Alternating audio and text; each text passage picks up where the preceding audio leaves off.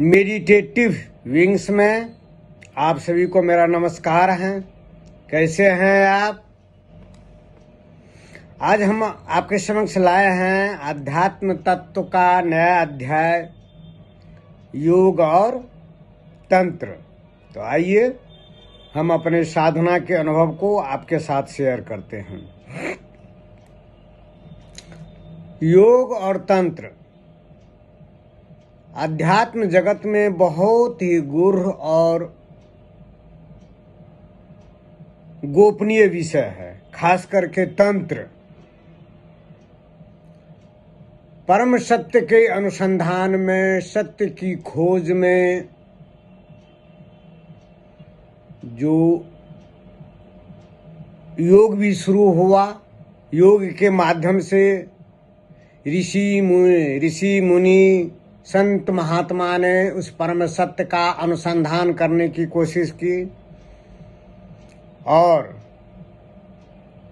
तंत्र के माध्यम से भी वाम मार्गी उस परम सत्य को, परम सत्य का अनुसंधान करने के लिए प्रयत्न किए। दो मार्ग है आपका, एक है योग और तंत्र। योग को दक्षिण मार्गी साधना कहा जाता है, तंत्र को वाम मार्गी साधना। दोनों में गुरु की आवश्यकता पड़ती है, क्योंकि गुरु मार्गदर्शन देते हैं। साधक हर एक नए चैलेंज को जब वो आता है सामने में तो अधिक भ्रमित हो जाता है, और योग्य गुरु पहले ही आभास दे देता है जो इस परिस्थिति में, इस स्टेज में ये ऐसा आने वाला है। तो साधक सचेत हो जाता है और संभल करके चलता है, तो उस हर्डल्स को, उस बाधा को वो पार कर जाता है। तो तंत्र में आपको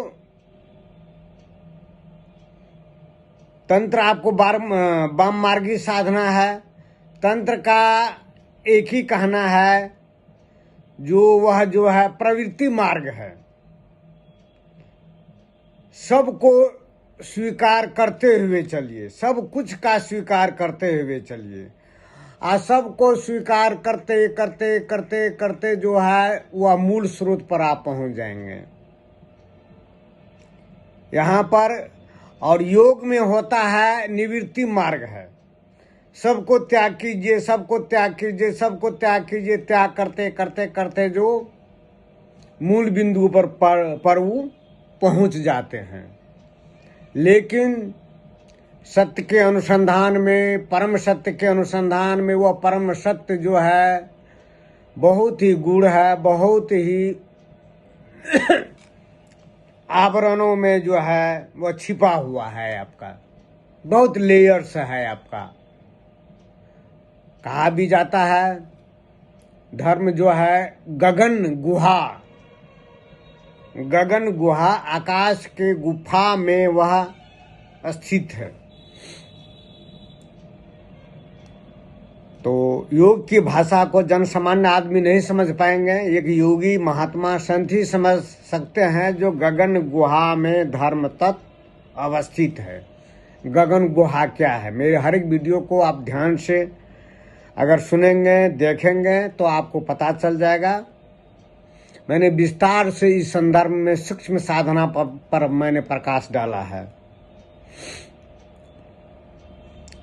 तो तंत्र जो है आपको शक्ति देता है। तंत्र में बहुत तरह का आपका मंत्र का उच्चारण तंत्र का है आपका, उसमें शक्ति देता है साधक को। और शक्ति मिलने पर वो साधक जो होते हैं, नव साधक, उस शक्ति को संभाल नहीं पाते हैं और उसका दुरुपयोग करने लगते हैं। शक्ति ही होता है दुरुपयोग करने के लिए, तो उस साधक का पतन हो जाता है। और योग में क्या होता है?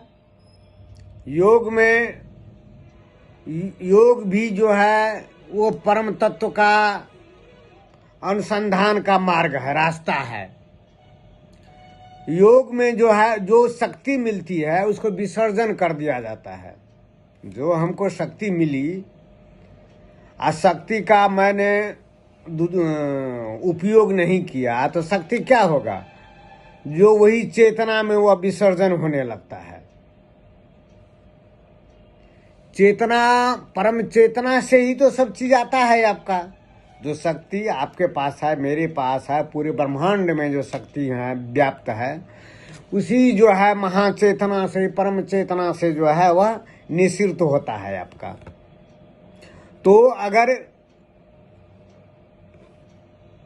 योग के जो साधक हैं वह शक्ति उन्हें भी प्राप्त होती है, लेकिन वह विसर्जन करते जाते हैं। विसर्जन करते करते वह अपने शक्ति को उसी में वह विसर्जित कर जाते हैं। तो उसका ऊर्ध्वगमन जल्दी होता है आपका, ऊर्ध्वगमन। इसीलिए जो परम तत्व, परम सत्य का जो अन्वेषी हैं, खोजी हैं, वो जो है योग और तंत्र दोनों का जो है सम्मिलित अभ्यास करते हैं। तंत्र का जहाँ रहता है सबको उपयोग करते हुए, सबको भोग करते हुए तब आगे जाना है, शक्ति प्राप्त होती है। इधर से योग का भी रहता है, योग का भी अनुसंधान रहता है। सांस की साधना, वायु के साधना, क्रिया योग, ये सब का रहता है। तो दोनों के जहाँ पर एक योग जो है शक्ति का अर्जन करता है और तंत्र आपको सबको भोगते हुए विसर्जन करते जाता है, समर्पण करते जाता है। तंत्र है समर्पण, योग है पुरुषार्थ। दोनों के सम्मिलित रूप से उस साधक में जो है तीव्रतर वृद्धि होती है, उसका विकास जो है की गति बहुत तेज हो जाती है। योग और तंत्र के जो है प्रणेता आपके आदि गुरु महादेव हैं, आदिदेव महादेव हैं, महादेव जी हैं। और योग के भी बहुत आपके ऋषि मुनि हुए हैं आपका। मुख्य रूप से पतंजलि भी इस पर उन्होंने बहुत इस पर योग पर उन्होंने भाष्य लिखा है। पतंजलि का जो योग सूत्र है, जो अष्टांग योग का वर्णन है, जो शनै शनै जो है अष्टांग योग का अनुशासन के साथ जो है वो आगे बढ़ता है। वो पतंजलि का जो योग सूत्र है उसको आप पढ़ेंगे, मनन करेंगे तो देखेंगे अष्टांग योग का वर्णन है। उसी ढंग से आपका जो है तंत्र में है, आपका तंत्र एक औषधि है, औषधि के समान है आपका। तो दोनों का सम्मिलित रूप आपको साधना में, परम तत्व के साधना में बहुत ही उपयोगी होता है। देवालय जाना, मंदिर जाना, मस्जिद जाना, गुरुद्वारा जाना, गिरजाघर जाना, एक ये भी सहायक अंग है। आदमी को शुद्ध करता है, मानसिक प्रवृत्ति को शुद्ध करता है, मन की एकाग्रता लाता है। लेकिन साधक योगी को वहीं पर टिक नहीं जाना है। वहीं पर टिक गए तो टिक गए। किसी में सामर्थ्य नहीं है देवी देवता में जो आपको इस संसार के आवागमन से या संसार चक्र से जो है वह ऊर्ध्वगति प्राप्त करे। किसी में वह जो है उतनी क्षमता नहीं है, किसी देवी देवता में नहीं है। वो सहायक हैं, आपको सहयोग करेंगे, लेकिन आपकी कर्मठता, आपकी जिजीविषा, आपका मेहनत आपको रंग लागिए। आत्मानुसंधान में वह शक्ति अपना बलशाली रहिए, अनुशासन बनाए रखिए, आहार, व्यवहार, आचरण सब चीज को संतुलित रखिए, तो तीव्र गति से जो है ऊर्ध्वगति प्राप्त होता है। इसलिए योग और तंत्र का दोनों का समान महत्व है। जो साधक दोनों को अपना करके चलते हैं उसको गति तीव्रतर हो जाती है। सत्य के अनुसंधान में। 99% आपको सत्य के, एकाध प्रतिशत होते हैं जो सत्य के अन्वेषी होते हैं, सत्य के खोजी होते हैं, जो मैं कौन हूँ, मैं कहाँ से आया हूँ, और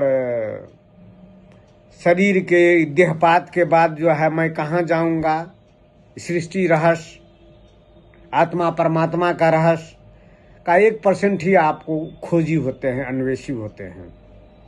बाकी तो जो है संसार में जो है वह जो है अपना काम करते हैं जो,